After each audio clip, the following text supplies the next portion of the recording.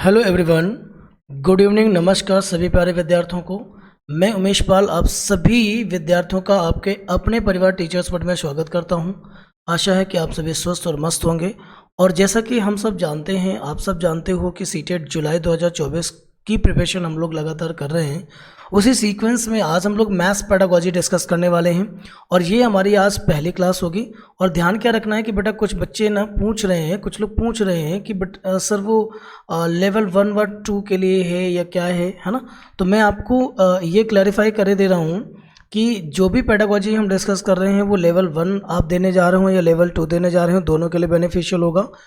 और पेडागोजी में वैसे भी दोनों पेपर में बहुत ज़्यादा कुछ खास डिफरेंसेस नहीं होते हैं। अगर जो लोग पेपर 1 देने जा रहे हैं सिर्फ, तो मैं पेपर 2 की भी डिस्कस कर रहा हूँ तो उन्हें और अच्छा बेनिफिट मिलेगा, है ना।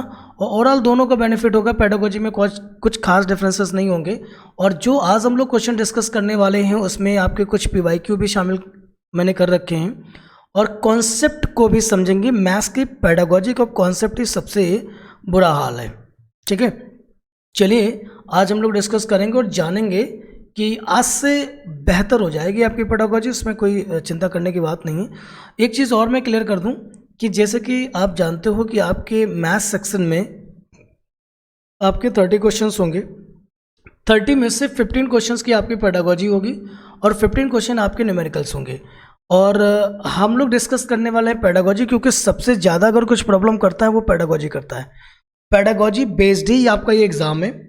और न्यूमेरिकल की रही बात न्यूमेरिकल की, तो बेटा जो बच्चे थोड़ा सा न्यूमेरिकल में घबराते हैं तो घबराइएगा नहीं। मैं आपको एक चीज़ क्लियर कर दूं कि सीटेट के एग्ज़ाम में बहुत अच्छा कोई मैथ्स नहीं आता है, सब एलिमेंट्री मैथ्स से। अगर आपको जोड़ घटाना गुणा भाग आता है, थोड़ा बहुत भी मैथ्स का कॉन्सेप्ट बेसिक पता है, तो इतने से आपके काफ़ी क्वेश्चंस हो जाएंगे। और वैसे भी नेगेटिव मार्क्स इसमें नहीं होती, तो कोई दिक्कत होने वाली नहीं है ना। आप अपने पैडागोजिकल कॉन्सेप्ट को अगर मजबूत कर लेंगे तो आपका पेपर बहुत अच्छा जाने वाला है।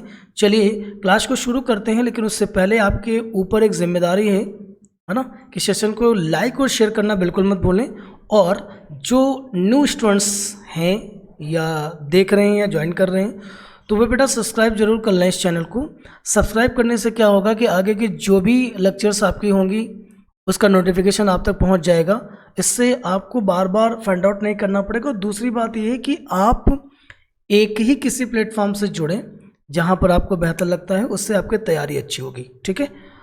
चलिए क्लास को शुरू करते हैं और अपनी पेडागोजी सेक्शन को पढ़ते हैं। पहला क्वेश्चन देखिएगा आपके सामने है कि निम्नलिखित में से कौन सा गणित शिक्षण का संकीर्ण उद्देश्य है। तो सबसे पहले ये चीज़ जान लेनी है कि गणित शिक्षण का संकीर्ण उद्देश्य हमको बताना है।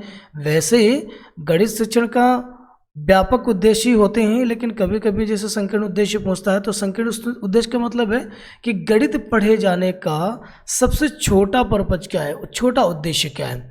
तो देखिए लिखा हुआ फर्स्ट ऑप्शन कि विद्यार्थियों में सुव्यवस्थित तर्कन को प्रोत्साहित करना, विद्यार्थियों में कथन की सत्यता और सत्ता को प्रमाणित करने की योग्यता का विकास करना, विद्यार्थियों में सामान्यीकरण क्षमता का विकास करना। तो देखिएगा कि तर्कन को प्रोत्साहित करना, अच्छा इनमें से कोई नहीं। वैसे सारे के सारे ऑप्शंस आपके सामने ऐसे हैं जो व्यापक शिक्षण की तरफ ही इंडिकेट कर रहे हैं, बट हमें इनमें से किसी एक का चुनाव जो कि करना है। सो यहाँ पे फर्स्ट ऑप्शन आपका सही हो जाएगा, विद्यार्थियों में सुव्यवस्थित तर्कन को प्रोत्साहित करना, ठीक है। दूसरा जैसे लिखा हुआ है कि विद्यार्थियों में कथन की सत्यता और सत्ता को प्रमाणित करने की योग्यता का विकास करना, है ना। तो ये व्यापक उद्देश्य है, उसका संकीर्ण तो नहीं कहा जा सकेगा। और सी ऑप्शन लिख रखे हैं कि विद्यार्थियों में सामान्यीकरण क्षमता का विकास करना, मतलब किसी भी प्रॉब्लम को सिंप्लीफाइड करना, उसके सोल्यूशन तक पहुंचना। तो ये तो गणित का मुख्य उद्देश्य है। सो यहाँ पर बी और सी आपका उत्तर नहीं बनेगा, क्योंकि ये दोनों ही व्यापक उद्देश्य को इंडिकेट करते हैं, ठीक है। अगले क्वेश्चन पे हम लोग जा रहे हैं। क्वेश्चन नंबर 2 को ध्यान से देखेंगे। कह रहे हैं कि निम्नलिखित में से मुद्रा के योग, मुद्रा का योग का मतलब है रुपया पैसे का जोड़ रखना, उसका हिसाब किताब रखना का कौशल पढ़ाने के लिए सबसे उपयुक्त रणनीति कौन सी है। देखिए जो लोग पढ़े लिखे नहीं होते तो क्या वो पैसों का लेन देन अच्छी तरीके से नहीं कर पाते? कर पाते हैं। कुछ लोग कम पढ़े लिखे लोग हैं या मैथ्स उनका बहुत ज़्यादा अच्छा नहीं रहा है, तो क्या वो अपने जीवन में व्यवहारिक गणित का उपयोग नहीं कर पा रहे? रोज़मर्रा के कामकाज में पैसों का लेन देन नहीं कर पा रहे, हिसाब नहीं रख पा रहे हैं ना। इसका मतलब ये है कि वो विद्यालय में तो उन्होंने नहीं सीखा, लेकिन हुआ क्या कि वो भूमिका में रहे, रोल प्ले किया उन्होंने, और अपने जीवन की दैनिक ज़रूरतों से ही उन्होंने मुद्रा के योग का कौशल समझ लिया, सीख लिया। तो अगर आप चाहते हैं कि बच्चों को पैसों का रख रखाव, जोड़ घटाना, गुणा भाग करना आ जाए, लाभ हानि समझ में आ जाए, ठीक है, तो उसके लिए बच्चों को सबसे बेस्ट एग्जाम्पल होगा कि उसके लिए उन्हें रोल प्ले कराना ज़रूरी होगा। आईसीटी का उपयोग करना, आईसीटी समझ लो ना, ठीक है, मतलब कह सकते हो तकनीकी का उपयोग करना, मॉडलों का प्रयोग करना, प्रश्न हल करना, ये बहुत ज़्यादा उपयोगी सिद्ध नहीं होंगे। अगले क्वेश्चन पे जाएंगे। क्वेश्चन नंबर 3 को ध्यान से समझेंगे। कह रहे हैं कि उच्च प्राथमिक स्तर पर गणित पढ़ाने के लिए निम्नलिखित में से कौन सी विधि सबसे उपयुक्त है? अच्छा, ध्यान से समझिएगा। उच्च प्राथमिक स्तर पर गणित पढ़ाने के लिए निम्नलिखित में से कौन सी विधि सबसे अधिक उपयुक्त है? तो देखिए, प्रदर्शन विधि जो होती है वो आपका प्राथमिक में काफ़ी अच्छी मानी जाती है। व्याख्यान जो होगी वो उच्च विधियों के लिए ठीक होती है, उच्च कक्षाओं के लिए ठीक होती है। गतिविधि आधारित समस्या समाधान विधि, ये सबसे अच्छा मेथड होगा, है ना। समस्या समाधान विधि मतलब बच्चों को खुद ही प्रॉब्लम का सोल्यूशन ढूंढने दिया जाए, तो ये बेहतर तरीका होगा, सबसे बेस्ट होगा। क्वेश्चन नंबर 3 का उत्तर हो जाता है आपका 4th। नेक्स्ट क्वेश्चन पे आ रहे हैं हम लोग। क्वेश्चन नंबर 4 पे देखेंगे, उच्च प्राथमिक स्तर पर गणित के लिए निम्नलिखित में से कौन सा सबसे अधिक आवश्यक है? ध्यान दीजिएगा, उच्च प्राथमिक स्तर पर गणित के लिए निम्नलिखित में से कौन सा सबसे अधिक आवश्यक? एक समस्या को कई बार हल करना, किसी समस्या को हल करने के विभिन्न तरीकों की खोज करना, सभी सूत्र याद कर लेने, शिक्षक बोर्ड पर जो लिखता है उसका सही ढंग से नकल करने। वैसे आपको क्या लग रहा है, आपका भी तो मन होता होगा ना कि मतलब ये वाला उत्तर सही हो जाना है, ये ज़्यादा अच्छा लग रहा है। तो वैसे अगर ऑप्शन नंबर 2 को हम आंसर मानते हैं तो देखिए सबसे बेस्ट ऑप्शन है, कह रहे किसी समस्या को हल करने के विभिन्न तरीकों को खोजना। मैथ्स का काम ही ये है कि वो नवीन समाधान तलाशे, है ना, पारंपरिक के पुराने समाधानों पर वो स्थिर ना रहे, ठीक है, तभी तो उनके अंदर तर्कना शक्ति या गणितीय क्षमताओं का विकास हो पाएगा। अगले क्वेश्चन पे जाएंगे। क्वेश्चन नंबर 5 आएंगे, गणित में नैदानिक परीक्षण का उद्देश्य है। देखिए बेटा, अगर आपने हमारे पीछे की लेक्चर्स प्रैक्टिसेस देखी हैं तो वहाँ पर हमने आपको नैदानिक परीक्षण या उपचारात्मक परीक्षण के बारे में बताया है, और उस जो मैंने बताया था कॉन्सेप्ट भी मैंने वहाँ पे समझाया था, थ्योरी भी कराई थी, है ना। तो पिछले लेक्चर्स आप देखेंगे तो वहाँ आपको देखने को मिल जाएगा, ठीक है, लेकिन वो आपका CDP का लेक्चर देखेंगे वहाँ पे मिलेगा, ठीक है। तो नैदानिक परीक्षण का मेन क्या होता है? नैदानिक का मतलब होता है डायग्नोस्टिक टेस्ट, जिसमें गणित से संबंधित सीखने में जो बच्चों को कठिनाइयाँ हो रही हैं उनके कारणों का पता लगाना है, ठीक है। आइए समझते हैं। इस क्वेश्चन का उत्तर क्या बन जाएगा? बच्चों की समझ में अंतर जानना, माता पिता को प्रतिक्रिया देना नहीं है, प्रगति रिपोर्ट भरने से यहाँ पे कोई मतलब नहीं है, अंतिम अवधि की परीक्षा के लिए प्रश्न पत्र की योजना बनाना नहीं होगा। आपका उत्तर बन जाना है फर्स्ट, बच्चों की समझ में अंतर जानना। समझते हो क्या है कि जब हम डायग्नोसिस करेंगे कि बच्चों को कहाँ पर सीखने में कठिनाई हो रही है तो मुझे ये पता चलेगा कि बच्चा किसी प्रॉब्लम को लेकर के किस तरह से सोच रहा है, ठीक है, और कौन सा बेहतर सोच रहा है। तो दोनों की समझ में या सोचने में हमें क्या मिल जाएगा? अंतर, ठीक है। तो ये हो जाएगा नैदानिक परीक्षण का उद्देश्य। क्वेश्चन नंबर 5 का आंसर हो जाता है फर्स्ट। आशा है कि आप सभी को बहुत ठीक से समझ में आ रहा होगा, और ध्यान देंगे तो चीज़ें आपको बहुत अच्छे से समझ में आएंगी, कोई दिक्कत नहीं होगी, है ना। और जहाँ मुझे ज़रूरी लगेगा वहाँ मैं आपको कॉन्सेप्ट भी दूंगा। कॉन्सेप्ट तो मैं बता ही रहा हूँ, लेकिन फिर भी जहाँ लिखने की ज़रूरत पड़ेगी वहाँ आपको स्लाइड आपको नोट्स के फॉर्म में मिलेगी, ठीक है। क्वेश्चन नंबर 6 पे आते हैं। उपचारात्मक शिक्षण सॉरी उपचारात्मक शिक्षण सहायक है। देखिए उपचारात्मक शिक्षण क्या है, ये आपका रेमेडियल टीचिंग है और रेमेडियल टीचिंग का सीधे सीधे अर्थ होता है कि जो बच्चों के लर्निंग गैप्स होते हैं उनको फिल करना है। आइए पढ़ते हैं, ऑप्शन को देंगे जवाब। फर्स्ट ऑप्शन आपका है पूरी कक्षा को पढ़ाने के लिए, बिल्कुल गलत लिखा हुआ है। पाठ की पुनरावृत्ति के लिए, बिल्कुल गलत लिखा हुआ है। खेल मार्ग विधि द्वारा शिक्षण के लिए, ये भी गलत लिखा हुआ है। कमजोर छात्रों की सीखने की कठिनाइयों को दूर करने के लिए, बिल्कुल सही ऑप्शन है ना। तो देखिएगा एलिमिनेशन कई मामलों में हमारी बहुत ज़्यादा मदद कर जाएगा सही उत्तर तक पहुंचने के लिए। तो एलिमिनेशन प्रैक्टिस से ही आएगा, इसलिए प्रैक्टिस करना बहुत ज़रूरी है और सीखते रहिए, आगे बढ़िए। अगले क्वेश्चन पे हम लोग जा रहे हैं। क्वेश्चन नंबर 7 आपके सामने लिखा हुआ है कि निम्नलिखित में से कौन सी एक गणितीय प्रक्रिया नहीं है। मतलब हमको बताना है जो गणित की प्रक्रिया नहीं है, मतलब मैथमेटिकल प्रोसीजर नहीं होता है। तो देखिएगा मानस दर्शन समझते हो, मानस दर्शन का मतलब होता है माइंड मैपिंग, मतलब दिमाग में किसी भी चीज़ की तस्वीर उकेर लेना, बना लेना, डिज़ाइन कर लेना। सो वो मानस दर्शन हो जाएगा।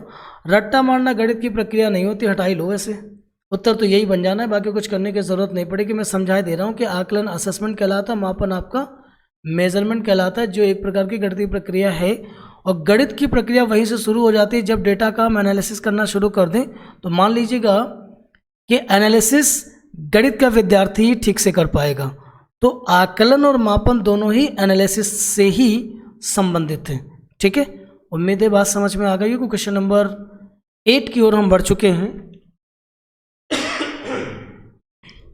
देखिएगा क्वेश्चन नंबर 8 में लिखा है कि गणित सीखने में त्रुटियां एक महत्वपूर्ण भूमिका निभाती हैं, यह कथन है असत्य ना। देखिए गणित पढ़ेंगे या कोई भी विषय पढ़ेंगे तो उस विषय के अनुरूप गलतियां होना या त्रुटियां होना बहुत स्वाभाविक काम है। अगर सीखने के दौरान बच्चा गलतियां नहीं कर रहा तो एक्चुअली वो सीख ही नहीं रहा है। बच्चा गलतियां कर रहा है तो सीख रहा है, इसका मतलब असत्य वाले जितने भी लिखे हैं वो इसके उत्तर नहीं बनेंगे। ए और सी तो यहीं से समाप्त हो गए, खत्म हो गए, एलिमिनेट हो चुके हैं। बी एंड सी में से देखिएगा सत्य, क्योंकि त्रुटियां प्राप्त अंकों के बारे में प्रतिक्रिया प्रदान करती हैं। देखिए त्रुटियां इसलिए नहीं होती कि आप अंक प्रदान करने की प्रक्रिया में मदद करेंगे, जी नहीं। सेकंड ऑप्शन आएंगे सत्य है, क्योंकि त्रुटियां बच्चों की सोच को प्रदर्शित करती हैं, दर्शाती हैं कि बच्चा विषय के संबंध में क्या सोच रहा है, ये त्रुटियां बता देती हैं। ठीक है, सो क्वेश्चन नंबर 8 का सही आंसर बन जाता है आपका सेकंड। क्वेश्चन नंबर 9 पे जाएंगे। कह रहे हैं कि निम्नलिखित में से कौन सा गणितीय प्रक्रम नहीं है। वही बात है, गणितीय प्रोसीजर नहीं है तो गणित में कुछ भी याद नहीं किया जाता।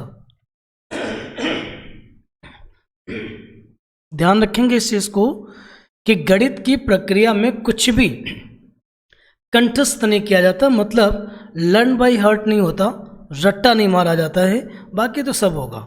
ठीक है, सो क्वेश्चन नंबर 9 का आंसर बन जाता है फर्स्ट।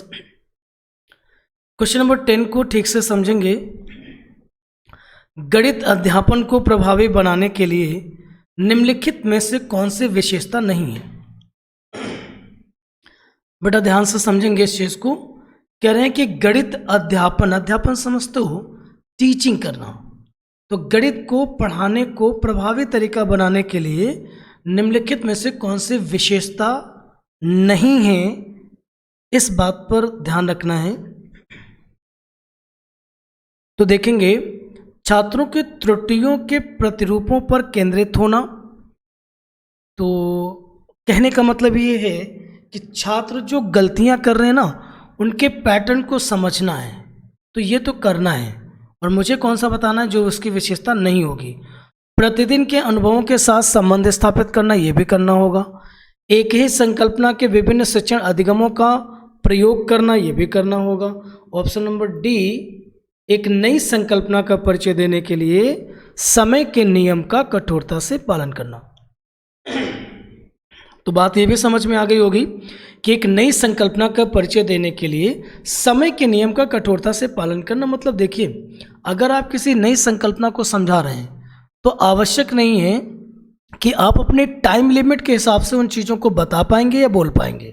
और अगर आप टाइम की लिमिट में रह करके संकल्पना को समझाने की कोशिश करेंगे तो संभव है कि संकल्पना ठीक से स्पष्ट ना हो सके, है ना। सो इस प्रश्न का उत्तर जो सही होगा वो होगा ऑप्शन नंबर डी। अगले प्रश्न की ओर हम लोग जाएंगे। क्वेश्चन नंबर 11 को बेटा ठीक से समझेंगे। प्राथमिक कक्षाओं में बच्चे गणित में क्या सीखते हैं, इसके आकलन का ध्यान किस पर नहीं होना चाहिए। ध्यान दीजिएगा, हमको उसे बताना है जो नहीं है।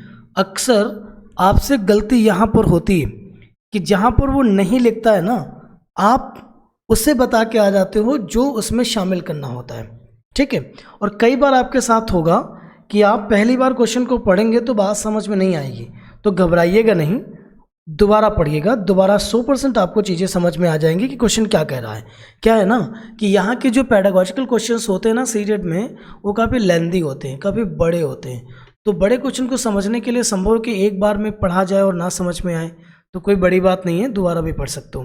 प्राथमिक कक्षाओं में बच्चे गणित में क्या सीखते हैं, इसके आकलन का ध्यान किस पर नहीं होना चाहिए। तो देखिएगा, गणितीय अवधारणाओं को समझना, ध्यान दीजिए, ये तो करना पड़ेगा।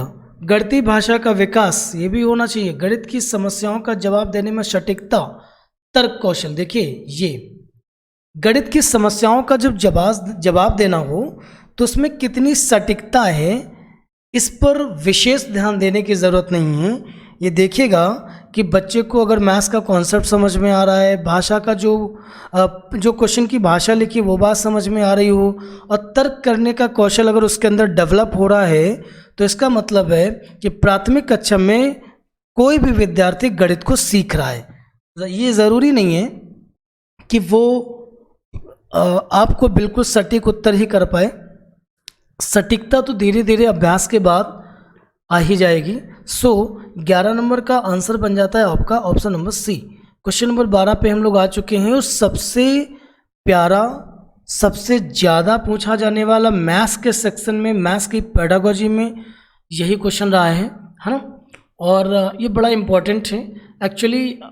देखते हैं, क्वेश्चन को समझते हैं। रोमन अंकों का उपयोग, आप समझते हो कि जो हमारी वाली नंबर सिस्टम है उसका नाम है डेसिमल नंबर सिस्टम, ठीक है। उसे हम लोग हिंदू अरबी संख्या पद्धति के नाम से भी जानते हैं। और रोम देश में जो संख्या पद्धति डेवलप हुई थी उसका नाम था रोमन पद्धति, है ना।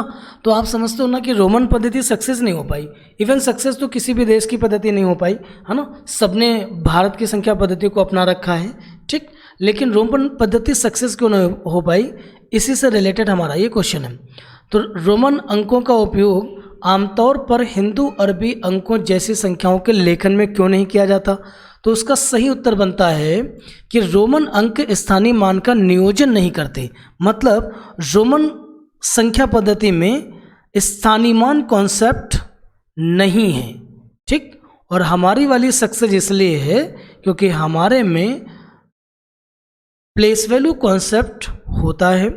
एक बात और समझ लें कि संभव है कि कुछ बच्चों को ना समझ, कुछ लोगों को ना समझ में आ रहा हो कि ये स्थानीय मान कॉन्सेप्ट क्या होता है। तो बेटा आपने सीखा ना कि जैसे 89 है, तो 89 को अगर आप एक्सपेंडेड फॉर्म में लिखते हो, ब्रेक कराते हो, तो क्या लिखोगे 80 + 9, ठीक है। तो वो उसमें स्थानीय मान का कॉन्सेप्ट है, तभी उसको ऐसे लिखा जा रहा है। दूसरी बात है, अगर स्थानीय मान नहीं होता तो हम संख्याओं का नामकरण नहीं कर सकते थे, इकाई दहाई सैकड़ा नहीं बता सकते थे। रोमन पद्धति में कभी आपने सुना है कि किस अंक को इकाई कहते हैं, किस को दहाई कहते हैं? नहीं ना। तो इसलिए हमारी पद्धति में स्थानीय मान अवधारणा है और किसी दूसरे देश की संख्या पद्धति में स्थानीय मान अवधारणा नहीं है, इसलिए उनकी व्यवस्था, उनकी अंकीय व्यवस्था फेल हो जाती है, ठीक है। आपको सीधे तौर पे याद रखना है। उम्मीद है आपको बात समझ में आ गई होगी। क्वेश्चन नंबर 13 को ध्यान से देखेंगे। बहुत प्यारा क्वेश्चन लिखा है, बहुत कॉमन सा क्वेश्चन है कि अशिक्षित दुकानदार द्वारा उपयोग किए जाने वाले गणित क्या होगा। गणित कक्षा में उपयोगी नहीं है, अच्छा होता तो है। सभी गणितीय समस्याओं को हल करने में बहुत उपयोगी, जी बिल्कुल। हटाइए, छोड़िए। जो अशिक्षित दुकानदार गणित का उपयोग कर रहा होता है, एक्चुअली वो व्यवहारिक गणित का उपयोग कर रहा होता है, जिसका तमाम समस्याओं को हल करने में मदद लेनी होती है या कई बार वो उपयोगी सिद्ध होती हैं, ठीक है।